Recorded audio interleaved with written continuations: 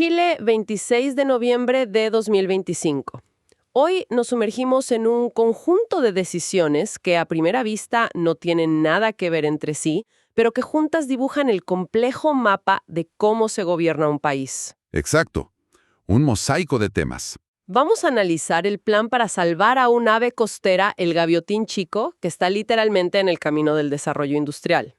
Veremos cómo el Estado interviene para abrir un camino bloqueado por privados hacia un estero en San Fernando. Un conflicto clásico. Nos meteremos en la arquitectura de una nueva política para la reinserción social de jóvenes y en la tarea titánica de actualizar un plan regulador urbano que es, bueno, más viejo que la mitad de la población de esa comuna. Uf, sí. Y terminaremos descifrando dos decretos clave.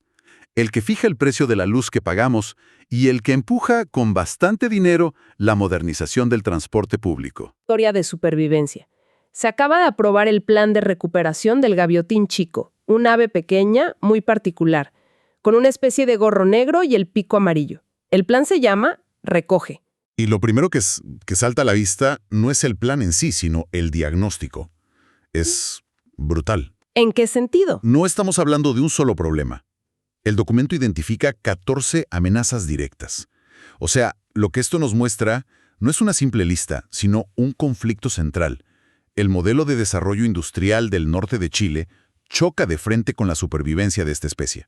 Claro. Cada puerto nuevo, cada desaladora, cada camino costero es, pues, un pedazo de hogar que desaparece para esta ave. Espera, entonces no es solo la gran industria minera la que está en la mira. Leí que las amenazas van desde lo macro a lo micro. Se habla de la presencia de perros, del simple tránsito de jeeps por la playa e incluso de ejercicios militares. Exacto. La imagen que se me forma es que el gaviotín está acorralado por todos lados. Esa es la palabra, acorralado. El desarrollo industrial trae consigo caminos, líneas eléctricas y a más gente. Y esa gente, a su vez, trae mascotas, vehículos, basura. Y la basura atrae a otros animales. Precisamente. Atrae a depredadores como zorros o aves rapaces. Por eso el plan no solo mira la industria, sino todo el ecosistema de presiones humanas. Define áreas críticas, los lugares donde anidan, que están principalmente en Arica, Tarapacá y Antofagasta. Ajá. Pero también las zonas donde descansan y su hábitat marino, que se extiende hasta 200 millas náuticas. Es un intento de proteger al ave en todo su ciclo de vida. Ahora, el plan se propone metas que suenan muy ambiciosas. Por ejemplo, disminuir en al menos un 50% la proporción de huevos depredados. ¿50%? Suena bien en el papel, pero, a ver, es realista. O sea, los zorros no leen decretos. ¿Qué implica esto en la práctica? Control de poblaciones, cierres de áreas mucho más estrictos. Esa es la pregunta del millón, y donde estos planes se juegan su éxito o fracaso. No se trata de salir a cazar zorros, que son una especie nativa. Claro, la clave está en atacar la causa del aumento de sus poblaciones, la basura y los restos de comida que los humanos dejan. La meta implica un manejo de residuos mucho más estricto, cercos de exclusión en las áreas de nidificación más vulnerables y una fiscalización potente para que la gente no entre con sus vehículos a las playas. O sea, un cambio de comportamiento a gran escala. Totalmente. Y el segundo objetivo es más a largo plazo: investigación, educación y protección formal de las áreas. Se busca que al menos la mitad de los sitios de reproducción tengan alguna categoría de protección oficial. Pero aquí me encuentro con una curiosidad administrativa que parece, no sé, un enredo.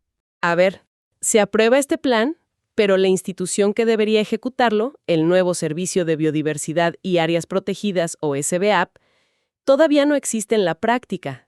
¿Cómo funciona eso? ¿No se corre el riesgo de que el plan quede en un limbo? Es una excelente observación y muestra la trastienda de cómo se implementa el Estado. La ley que crea el SBAP ya está aprobada, pero el servicio no entra en operaciones hasta febrero de 2026.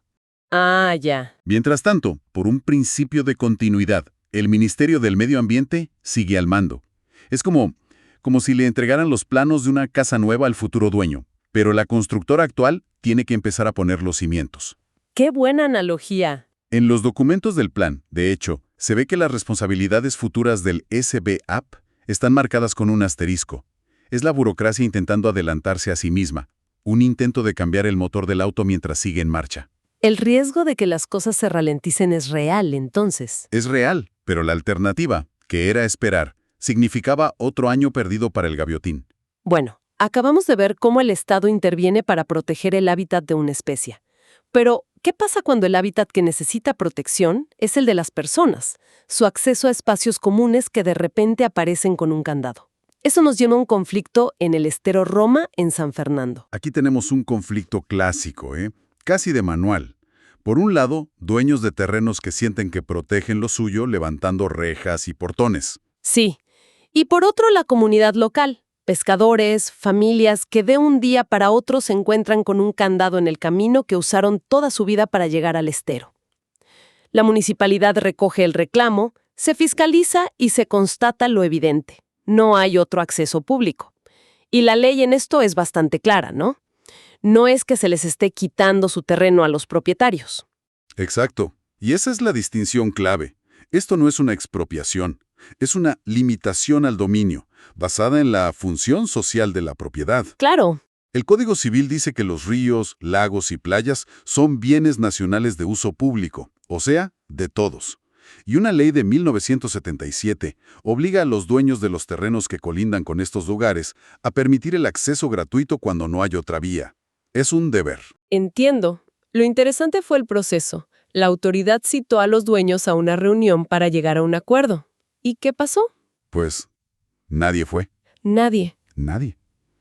Se les notificó por el diario oficial como manda la ley, pero a la audiencia del 26 de septiembre no llegó nadie. Increíble. Ante la falta de acuerdo, la ley faculta al delegado presidencial para fijar el acceso de manera prudencial. Y lo más prudente, para minimizar el impacto, fue oficializar el mismo camino que ya existía, el de siempre. Así de simple. Se declara de acceso público para peatones, bicicletas y vehículos, y se prohíbe volver a cerrarlo. Es un recordatorio de que la propiedad privada tiene límites cuando choca con el bien común. De un conflicto territorial muy concreto pasamos a la arquitectura de una política social a nivel nacional. Se aprobó el reglamento para el nuevo Consejo Nacional de Reinserción Social Juvenil. Suena técnico, pero en el fondo es el primer paso para cambiar cómo el Estado aborda a los jóvenes que han cometido delitos. Así es.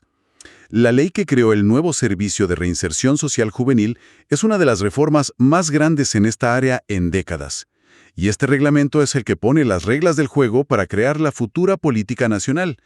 Define quién se sienta a la mesa, quién tiene la última palabra y, muy importante, a quién se debe escuchar. O sea que es el andamiaje institucional. Esa es la palabra, el andamiaje sobre el que se va a construir todo. Entiendo que participe en el Poder Judicial o la Defensoría. Tiene sentido. Son actores directos. Pero el reglamento también obliga a escuchar al sector académico, a la sociedad civil y a organizaciones internacionales. ¿Qué rol juegan ellos? ¿Se buscan modelos de otros países o una base teórica que quizás la política del día a día no tiene? Precisamente. La idea es sacar la discusión del mero ámbito de la seguridad y la justicia y llevarla al terreno de las políticas públicas basadas en evidencia. El mundo académico puede aportar estudios sobre qué modelos de reinserción funcionan y cuáles no. Claro, los datos duros. Exacto. Las organizaciones de la sociedad civil, las que trabajan en el terreno, aportan la visión de la realidad de los jóvenes y sus familias, y las organizaciones internacionales traen la experiencia comparada. Se busca crear una política que no sea solo una reacción al delito, sino una estrategia a largo plazo. Y un dato que me pareció clave: las actas y acuerdos del Consejo son públicos. Hay una apuesta por la transparencia. Totalmente. Y de la planificación social a una escala mucho más local, pero igual de compleja, la planificación urbana. Nos vamos a Curanilahue, donde se acaba de iniciar el proceso para actualizar su plan regulador comunal. Y el que tienen ahora es básicamente una pieza de museo. Totalmente. El plan vigente es de 1982. Tiene 42 años. O sea, pensemos en todo lo que ha cambiado en Chile y en Curanilahue desde 1982. Es como intentar usar un mapa de carreteras de esa época para navegar hoy.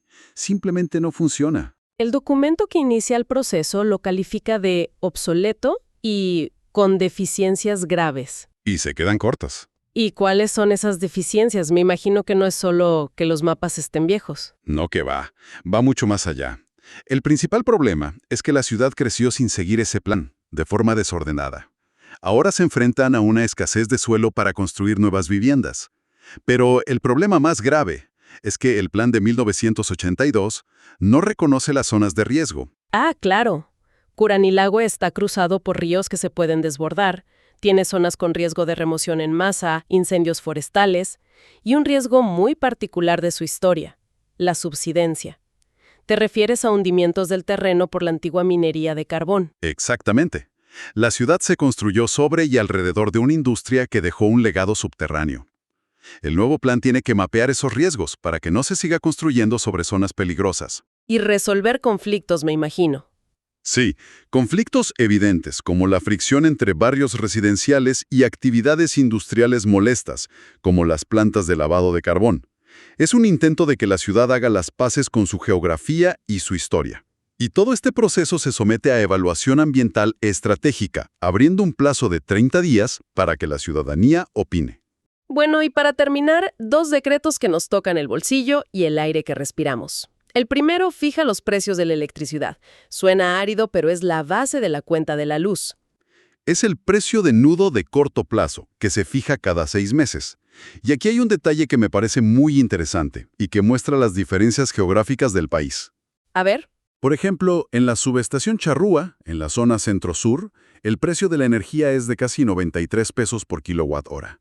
Pero si nos vamos más al sur, a la subestación de Puerto Montt, la energía cuesta solo 45 pesos. Espera, cuesta literalmente la mitad. Eso es una diferencia enorme. Enorme. Y esa diferencia no es trivial. Refleja que en el sur la generación es más barata, principalmente por las hidroeléctricas. Y eso tiene implicaciones económicas gigantescas, sobre dónde se instalan las industrias de alto consumo energético, por ejemplo. No es casualidad. Además, el decreto nos recuerda algo práctico, el horario de punta, el más caro, que va de 6 de la tarde a 10 de la noche entre abril y septiembre. Y lo más fascinante es que estos precios no los decide alguien en una oficina al azar. Están amarrados a la economía global. Totalmente. Las fórmulas para calcularlos usan indexadores como el Índice de Precios al Productor de Estados Unidos y el IPC local. Es la prueba más clara de cómo la inflación en otro país o el precio internacional de los combustibles impacta directamente en la cuenta de la luz de un hogar en cualquier ciudad de Chile. Y cerramos con otro ajuste técnico, pero con un mensaje muy potente. Se modifica el programa que da subsidios para renovar taxis colectivos. El contexto es que Chile está adoptando normas de emisión más estrictas, la Euro 6C. Para medir esas emisiones, ahora se usará un método nuevo y mucho más realista, llamado WLTP. Ah, claro. Como este método cambia las cifras de rendimiento de los autos, pues había que actualizar los subsidios para que siguieran teniendo sentido. Y al actualizar los montos, el mensaje que se envía es clarísimo, cristalino. Básicamente el gobierno te está diciendo, si cambias tu taxi colectivo viejo por uno a gasolina más eficiente, te damos un cheque de 3.200.000 pesos. Ya. Pero si te la juegas y te pasas a uno eléctrico, el cheque es de 9.400.000 pesos. El incentivo es casi 3 veces mayor. El mensaje no podría ser más claro. No, el futuro del transporte público es eléctrico, y aquí hay dinero contante y sonante para que te subas a ese futuro. Al revisar este mosaico de decisiones de un solo día, desde la ecología de un ave en peligro hasta las fórmulas del precio de la energía, se dibuja un retrato del Estado en su función más técnica, más detallada. Vemos el esfuerzo constante por planificar, por regular, por proteger, por incentivar, aunque a menudo sea a través de una maquinaria burocrática que avanza a su propio ritmo. Con sus asteriscos y sus plazos extendidos. Exacto. Y me queda dando vueltas una pregunta. Hemos visto planes de conservación que miran a décadas, actualizaciones urbanas que tardan 40 años en empezar y normativas técnicas que se ajustan a cambios globales. Esto nos lleva a pensar, en un mundo que acelera de forma vertiginosa, ¿cómo se logra que esta compleja maquinaria estatal no solo planifique, sino que también ejecute de forma ágil y efectiva, respondiendo a las urgencias de hoy sin perder la mirada puesta en las necesidades del mañana?